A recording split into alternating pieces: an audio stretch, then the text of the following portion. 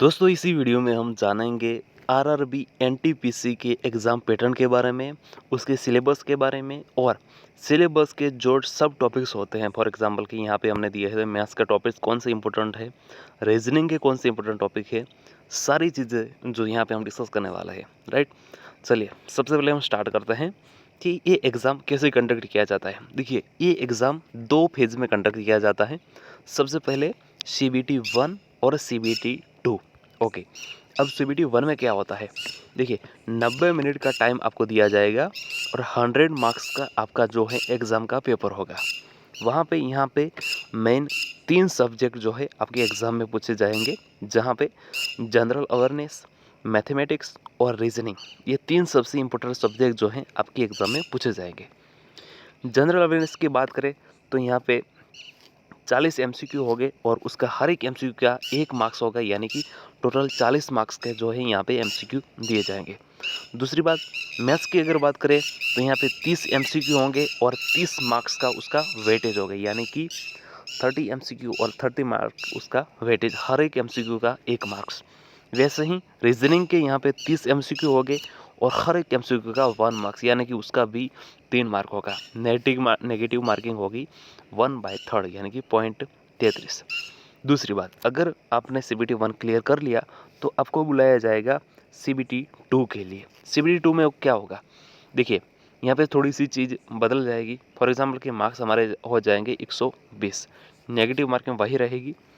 General awareness की बात करें तो यहाँ पे 50 MCQ आएंगे और हर एक MCQ का 1 मार्क्स बनेगा, यानी कि टोटल 50 मार्क्स। वैसे ही मैथमेटिक्स के 35 MCQ आएंगे और हर एक MCQ का भी 1 मार्क्स बनेगा, यानी कि 35 मार्क्स। रीजनिंग के भी 35 MCQ आएंगे, हर एक MCQ का बनेगा, यानी कि इसका भी 35 मार्क्स। टोटल यहाँ पे 120 MCQ और 120 मार्क्स जो CBT 2 में आपको पूछे जाएंगे। अब मेन इंपॉर्टेंट बात है कि हम सबको पता है कि यहाँ पे 3 सब्जेक्ट दिए गए हैं, जनरल अवेयरनेस, मैथमेटिक्स और रीजनिंग। लेकिन ये तो बहुत ही वास्ट सब्जेक्ट है, हमें इसमें से प्रिपरेशन क्या करना है। फॉर एग्जांपल कि अगर मैं मैथ्स को यहाँ पे लेता हूँ, मैथमेटिक्स को, तो मुझे कौन से वो टॉपिक है जो आपकी एग्ज़ाम के लिए 90% जो हिस्सा है इनमें से कवर हो जाता है। देखिए 90% हिस्सा की बात करते हैं दोस्तों, तो सबसे पहले हमारा जो टॉपिक है वो है आपका number system. Right, number system जो चैप्टर है आपको मैथ्स के लिए बहुत ही ज़्यादा इंपॉर्टेंट है। दूसरा है आपका डेसिमल और फ्रैक्शन। तीसरा है LCM और HCF। और है एक रेशियो और प्रोपोर्शन, परसेंटेज, मेंसुरेशन 2D और 3D, time and work, time speed and distance, simple and compound interest, profit and loss, algebra, geometry and trigonometry, statistics और डेटा इंटरप्रेशन। इस टाइप के जो क्वेश्चंस होते हैं वो आपके मैथ्स में पूछे जाते हैं।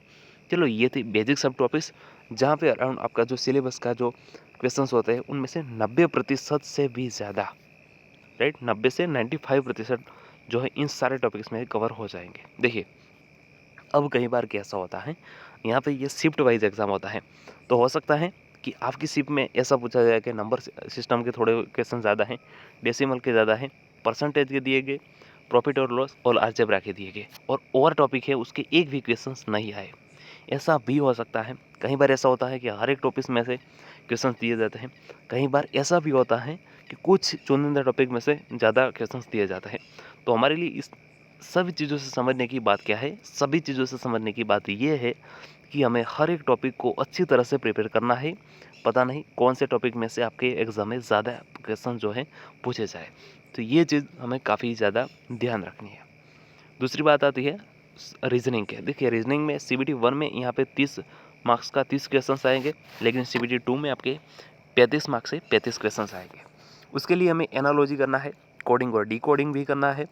सीरीज में देखिए नंबर सीरीज है, अल्फ़ाबेटिकल सीरीज है, लॉजिकल सीरीज है, मैथमेटिकल ऑपरेशन जो प्लस माइनस गुणा भाग्य होते हैं वो, सिलोगिज्म आपको करना है, वेन डायग्राम भी पूछे जाते हैं, ब्लड रिलेशंस से रिलेटेड जो क्वेश्चंस होते हैं, डायरेक्शन और डिस्टेंस का जो क्वेश्चंस होते हैं, पजल्स होते हैं, स्टेटमेंट और कंक्लूजन होते हैं, रैंकिंग ऑर्डर होते हैं, डिसीजन और मेकिंग होते हैं, और लास्ट वाला है हमारा कंप्लीशन ऑफ फिगर।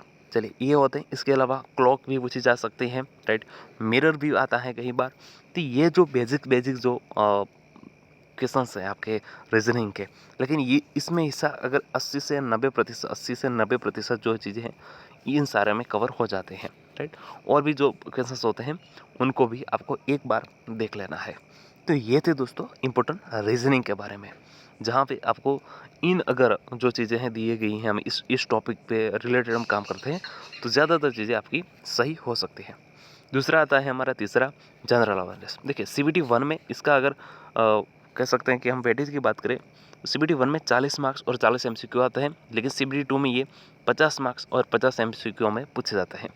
कौन सा हिस्सा होता है? देखिए करंट अफेयर होता है इसमें, नेशनल और इंटरनेशनल रिलेटेड जो भी न्यूज़ होते हैं उनसे रिलेटेड जो भी करंट है वो। वहाँ पे स्पोर्ट्स हो गया आपका, और कोई नई चीज़ आई है साइंस एंड टेक में, तो वो सारी चीज़ें यहाँ पे इंक्लूड हो जाती हैं। दूसरा था Indian history and freedom movement, यानी कि history related questions. Geography Indian और वर्ल्ड की, इंडियन पॉलिटी और कॉन्स्टिट्यूशन के बारे में, इंडियन इकोनॉमी के बारे में। जनरल साइंस पढ़ने में फिजिक्स के रिलेटेड होते हैं, केमिस्ट्री के रिलेटेड, बायोलॉजी के रिलेटेड। वैसे ही कंप्यूटर अवेयरनेस, कंप्यूटर के जो भी क्वेश्चंस होते हैं, computer for example MS word हो गया, पावर पॉइंट हो गया, तो इस टाइप के जो क्वेश्चंस होते हैं। एनवायरमेंटल इश्यूज रिलेटेड, जो भी एनवायरमेंटल, ये ज़्यादातर आपके करंट रिलेटेड क्वेश्चंस इसमें ज़्यादा पूछे जाते हैं। इंपॉर्टेंट डेट्स होती हैं दोस्तों, अवार्ड्स ताजेतर में कौन से किसको अवार्ड्स मिले हैं, और जो पर्सनालिटी फेमस रहे अगर उनका निधन हुआ है, या तो कुछ उन्होंने अवार्ड्स पाए हैं, या तो कुछ उन्होंने संशोधन किया है, तो उनसे रिलेटेड। साथ ही रेलवे हिस्ट्री एंड फंक्शनिंग के रिलेटेड, ये जो रेलवे में फॉर एग्जांपल की नई अपडेट आई है, या तो कोई नई सुविधा शुरू की है। फॉर एग्जांपल एक टाइम पे कवच बहुत ही ज़्यादा न्यूज़ में था, तो कवच से रिलेटेड क्वेश्चंस आ सकते हैं। वैसे ही रेलवे के लिए और भी कोई ऐसी चीज़ें जो यहाँ पे स्टार्ट की है, तो उससे रिलेटेड जो भी करंट में ज़्यादातर करंट की चीज़ें यहाँ पे पूछी जाती हैं। तो ये थे दोस्तों जनरल अवेयरनेस के इंपॉर्टेंट टॉपिक्स। तो अगर इन ओवरऑल बात की जाए कि सारे टॉपिक्स के मिलाकर अगर बात की जाए, तो दोस्तों 90% से ज़्यादा आपका काम इन्हीं के बीच हो जाएगा, और 10% का क्या कहना है।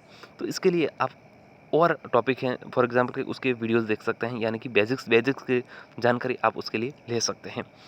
अगर मजबूत करना है तो ये सारे टॉपिक जो हैं आपको यहाँ पे बहुत ही ज़्यादा अच्छी तरह से आपको प्रिपेयर कर देना है।